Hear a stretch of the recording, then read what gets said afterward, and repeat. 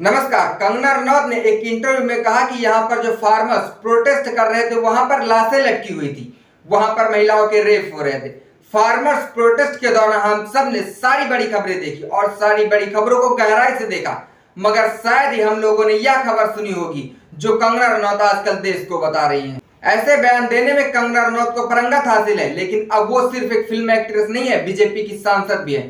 कंगना रनौत ने कल देश के किसानों को हत्यारा और बलात्कारी कहा। इस देश के अन्नदाताओं के लिए ऐसे शब्द शायद ही किसी राजनेता ने कहे होंगे। उन्होंने ये भी कहा कि अमेरिका और चीन देश में किसान आंदोलन करवाकर अस्थिरता फैलाने की कोशिश कर रहे थे। कंगना रनौत के इस बयान पर बीजेपी से सवाल है, क्या ये भारतीय जनता पार्टी का आधिकारिक मत था? क्या भारतीय जनता पार्टी भी किसानों को हत्यारा और बलात्कारी मानते हैं? ऐसे में कल बीजेपी ने अपने बयान में कहा कि कंगना रनौत द्वारा किसान आंदोलन पर दिया गया बयान पार्टी का मत नहीं है।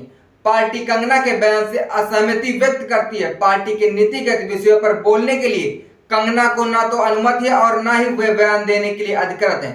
बीजेपी की ओर से कंगना रनौत को निर्देश दिया गया वे इस प्रकार से कोई बयान भविष्य में ना दे। ऐसे में बीजेपी से भी कुछ सवाल हैं।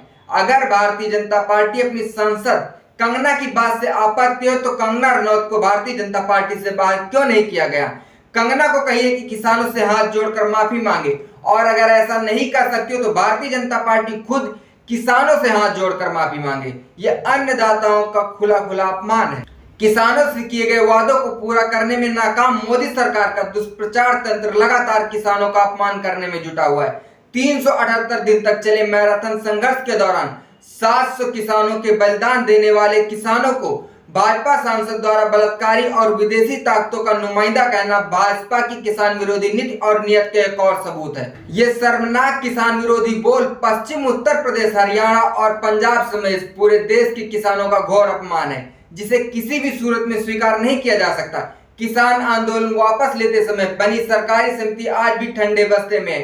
एमएसपी पर सरकार अपना रुख आज तक सफा नहीं कर सकी। शहीद किसानों ने परिवारों को किसी तरह की राहत नहीं दी गई और ऊपर से लगातार उनका चरित्र हनन भी जारी है। अन्नदाताओं का निर्दर और उनके मान सम्मान पर हमला करने से किसानों से किया गया मोदी सरकार का धोखा किसी से छुपा नहीं है।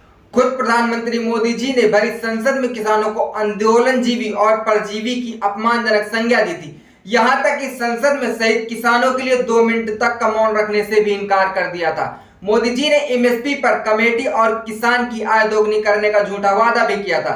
जब मोदी जी ये सब खुद कर सकते हैं तो उनके समर्थकों से शहीद किसानों के अपमान के सिवा देश और क्या ही उम्मीद रख सकता है। हाल ही में कंगना रनौत ने जो बयान दिया है उसको अब कांग्रेस हरियाणा चुनाव के लिए मुद्दा बना रही है।